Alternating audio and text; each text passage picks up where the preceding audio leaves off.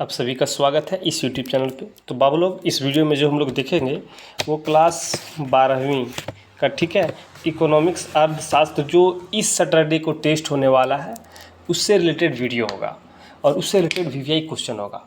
Video को आप last तक देखिएगा। अगर वीकली टेस्ट में नहीं शामिल होता है तो फाइनल परीक्षा में ज़रूर पूछा जाएगा। तो वीडियो को लास्ट तक देखिए और चैनल को सब्सक्राइब करके हमें सपोर्ट कीजिए। आप लोगों की बहुत सख्त ज़रूरत है हमें। आप लोग हमें सपोर्ट कीजिए, चैनल को सब्सक्राइब कीजिए, दोस्तों के पास फॉरवर्ड कीजिए और उन्हें भी बताइए, ठीक है। चलिए आगे देखिए, यहाँ पे दिया हुआ है सबसे पहले जो आप लोग का प्रोजेक्ट रेल जो है ना, regular assignment of improve learning, rail का फुल फॉर्म आपका है।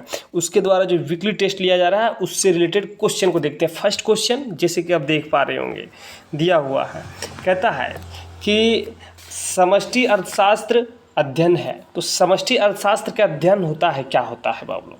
तो देखिए, समष्टि अर्थशास्त्र अर्थव्यवस्था में रोजगार का अध्ययन करवाता है। समष्टि, व्यष्टि और समष्टि आप जानते हैं कि माइक्रो और मैक्रो में कुछ अंतर है, समष्टि और व्यष्टि में कुछ डिफरेंस बिटवीन है।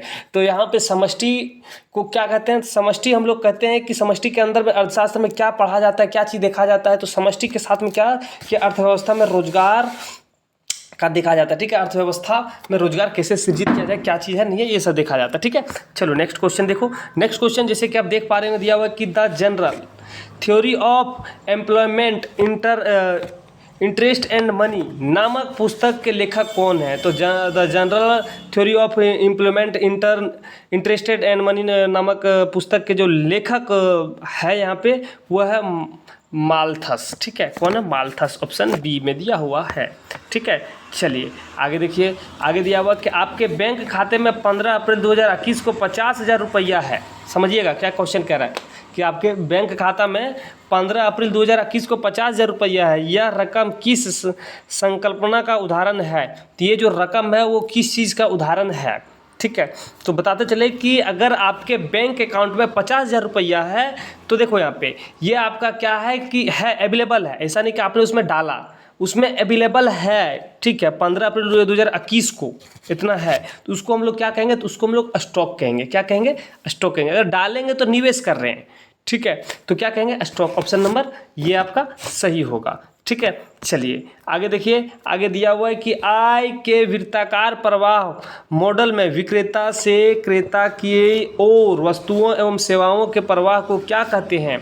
तो वस्तुओं एवं सेवाओं के प्रवाह को क्या कहा जाता है? तो बाबू लोग, आय के वृत्ताकार प्रवाह मॉडल में विक्रेता से क्रेता की ओर वस्तु एवं सेवाओं का प्रवाह को क्या कहते हैं? तो वस्तु एवं सेवा के प्रवाह को जो कहा जाता है वो कहता है वास्तविक प्रवाह। क्या? वास्तविक प्रवाह। क्या? वास्तविक प्रवाह, ठीक है। चलिए आगे दिया हुआ है कि उद्यमी को प्राप्त होने वाले अंश क्या कहलाता है? तो उद्यमी को प्राप्त होने वाले अंश जो होता है वो लाभ कहलाता है, ठीक है। चलिए आगे देखिए, आगे दिया हुआ है फर्म क्या है? तो फर्म क्या है? तो फर्म जो होता है बाबू लोग, वो फर्म होता है उत्पादक, ठीक है, जहाँ पे उत्पादक किया जाता है, उत्पादकता हम लोग कह सकते हैं या उत्पादक फैक्ट्री कह सकते हैं, ये सब, ठीक है, उसको फर्म कहते हैं, उत्पादक, ठीक है। चलिए आगे दिया हुआ, ध्यान से देखिए, आगे दिया हुआ सकल घरेलू उत्पाद में शुद्ध घरेलू उत्पाद को घटाने से क्या प्राप्त होता है? तो सकल घरेलू उत्पाद में शुद्ध घरेलू उत्पाद को घटाने से क्या प्राप्त होता है? तो बाबू लोग बताते चले कि क्या प्राप्त होगा? तो प्राप्त जो होगा वो घिसावट व्यय। क्या? घिसावट व्यय, जो घिसावट खर्च होता है उसको, वो प्राप्त होगा आप लोगों को, ठीक है। चलिए आगे देखिए, राष्ट्रीय आय क्या है? तो राष्ट्रीय आय क्या है? सबसे पहले बात समझिए राष्ट्रीय आय। तो राष्ट्रीय आय कहते हैं कि साधन लागत पर शुद्ध राष्ट्रीय उत्पाद को राष्ट्रीय आय कहते हैं, जो ऑप्शन नंबर डी में दिया हुआ है आपका सही होगा, ठीक है। चलिए नेक्स्ट प्रश्न को हम लोग देखते हैं। नेक्स्ट प्रश्न दिया हुआ है कि बाह्य क्षेत्र से संबंध है। तो बाह्य क्षेत्र से संबंध कौन सा है? तो आयात निर्यात है, जो बाहरी क्षेत्र से आयात है और निर्यात, आना और जाना, ये संबंध। ऑप्शन नंबर सी आपका सही होगा, ठीक है। आगे दिया हुआ कहता है कि समष्टि अर्थशास्त्र के लिए प्रयुक्त मैक्रो शब्द का क्या अर्थ है? तो समष्टि अर्थशास्त्र में देखो, मैक्रो और माइक्रो, दो शब्द यूज होगा। माइक्रो मतलब व्यष्टि और मैक्रो मतलब समष्टि। तो यहाँ पे मैक्रो शब्द का क्या अर्थ है, तो मैक्रो शब्द का जो अर्थ होता है वो बड़ा होता है। माइक्रो मतलब छोटा, मैक्रो मतलब बड़ा। ठीक है, तो ऑप्शन नंबर बी आपका सही हो जाएगा। ठीक है, चलिए आगे देखिए, हम लोग देखते हैं short type question, very short type question. तो इसमें दिया हुआ है कि आर्थिक एजेंट से आप क्या समझते हैं। तो आर्थिक एजेंट से आप क्या समझते हैं, तो आर्थिक एजेंट से तात्पर्य उन व्यक्तियों अथवा संसाधनों से है जो आर्थिक निर्णय लेते हैं, जो आर्थिक निर्णय लेते हैं, जैसे उपभोक्ता, सरकार, निगम तथा बैंक इत्यादि, ये सब आर्थिक एजेंट कहलाएंगे। अगर आप लोगों से पूछ जाए कि इनमें से कौन सा आर्थिक एजेंट है, तो आर्थिक एजेंट जो भी है, उपभोक्ता जो होते हैं, सरकार, निगम और बैंक, ये सभी आर्थिक एजेंट होते हैं। दूसरा क्वेश्चन है, दिया हुआ है कि मूल्यह्रास से क्या समझते हैं। तो मूल्यह्रास से होता है कि 1,00,000 वर्ष में उत्पादन प्रक्रिया के दौरान पूंजीगत वस्तुओं के मूल्य में सामान्य टूट फूट और उनके घिसावट के कारण वस्तुओं के मूल्य में जो कमी आती है उसे मूल्यह्रास कहते हैं। ठीक है आप लोग, उम्मीद करते हैं कि आप समझ गए होंगे। नेक्स्ट देखिए यहाँ पे सेक्शन सी टाइप क्वेश्चन, जो मतलब क्या हम लोग कह सकते हैं कि वो वेरी शॉर्ट था। अब इसमें हम लोग शॉर्ट टाइप क्वेश्चन देखेंगे। तो दिया हुआ है कि मध्यवर्ती वस्तु, समझिए मध्यवर्ती वस्तु तथा अंतिम वस्तु में क्या अंतर है, स्पष्ट कीजिए। तो मध्यवर्ती वस्तु होता है क्या है, उसको समझिए सबसे पहले। तो मध्यवर्ती वस्तु होता है कि मध्यवर्ती वस्तु अन्य वस्तुओं के उत्पादन के लिए उपयोगी की जाती है। तो मध्यवर्ती वस्तु होती है कि दूसरा वस्तु को उत्पाद करना है तो उसके लिए प्रयोग में लाया जाता है। आगे दिया हुआ है मध्यवर्ती वस्तु की मांग उत्पादक को द्वारा की जाती है। तो मध्यवर्ती वस्तु की मांग किसके, उत्पादक द्वारा, किसके द्वारा, उत्पादक द्वारा होता है। मध्यवर्ती वस्तुओं को राष्ट्रीय आय में शामिल नहीं किया जाता है। मध्यवर्ती वस्तु जो होते हैं वो नेशनल राष्ट्रीय आय में उसको शामिल नहीं किया जाता है। इनकी पुनः बिक्री की जाती है जिससे इनकी उपयोग बढ़ जाती है। ठीक है, ये मध्यवर्ती वस्तु था। इसी तरह से हम लोग अंतिम वस्तु को देखते हैं। तो अंतिम वस्तु है क्या, अंतिम वस्तु समझिए। अंतिम वस्तु अंतिम उपभोक्ता के लिए उपयोग की जाती है। अंतिम वस्तुओं की मांग उपभोक्ताओं द्वारा की जाती है। अंतिम वस्तुओं को राष्ट्रीय आय में शामिल किया जाता है। इनके दोबारा बेचा नहीं जाता है तथा उपभोग प्रक्रिया के दौरान इसकी उपयोगिता कम हो जाती है। ये अंतिम वस्तु है। ठीक है, बात से ही समझ में आ जाता है कि अंतिम मतलब खत्म, लास्ट। ठीक है ना, उससे ही समझ में आ जाता है। आगे देखिए नेक्स्ट प्रश्न हम लोग देखते हैं। दिया हुआ है, कहता है व्यक्तित्व आय की परिभाषा क्या है। तो व्यक्तियों द्वारा परिवारों को सभी स्रोतों से जो आय वास्तव में प्राप्त होती है उसे उस जोड़ को क्या कहते हैं, व्यक्तित्व आय कहते हैं। मतलब कि सर कि व्यक्तियों तथा परिवारों को सभी स्रोतों से जो आय वास्तव में प्राप्त होता है, मतलब कि कोई व्यक्ति या उस व्यक्ति के परिवार में कहीं से भी आय आ रहा है, ठीक है, और वो सभी को जोड़ के जो एक जगह पे निकलेगा उसी को व्यक्तिगत आय कहते हैं।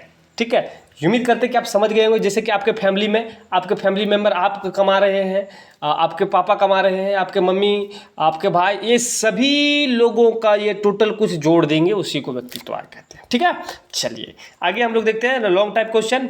आगे दिया हुआ कहता है कि पूंजीवादी अर्थव्यवस्था की महत्वपूर्ण विशेषताएं क्या है। तो पूंजीवादी अर्थव्यवस्था की महत्वपूर्ण विशेषताएं कि उत्पादन के साधनों पर निजी स्वामित्व होता है। ठीक है, पूंजीवादी अर्थव्यवस्था में जो उत्पादन के साधन होते हैं उसके ऊपर निजी स्वामित्व होता है। बाजार में निर्गत को बेचने के लिए ही उत्पादन किया जाता है। श्रम सेवाओं का क्रय विक्रय एक कीमत पर होता है।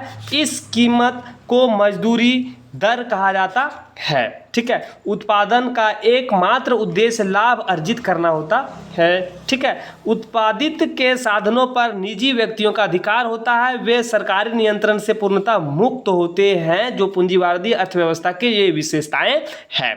ठीक है, चलिए आगे दिया हुआ है नेक्स्ट प्रश्न। आगे दिया हुआ है कि चित्र के द्वारा, ये समझिएगा, ये बहुत भी प्रश्न है, अभी नहीं, वीकली में नहीं तो फाइनली में जरूर आ रहा है आपका। ठीक है, फाइनल बोर्ड परीक्षा में शामिल हो रहा है। चित्र के द्वारा वास्तविक प्रभाव तथा मौद्रिक प्रभाव में अंतर बताइए। तो चित्र के द्वारा वास्तविक प्रभाव और मौद्रिक प्रभाव में क्या अंतर है। तो वास्तविक प्रभाव में परिवार क्षेत्र की ओर से फर्म क्षेत्र को साधन सेवाएं पर प्रवाहित होती है और बदलने में फर्म क्षेत्र से परिवार क्षेत्र की ओर वस्तुएं तथा सेवाएं प्रवाहित होती है। नीचे दिए गए चित्र को समझिए।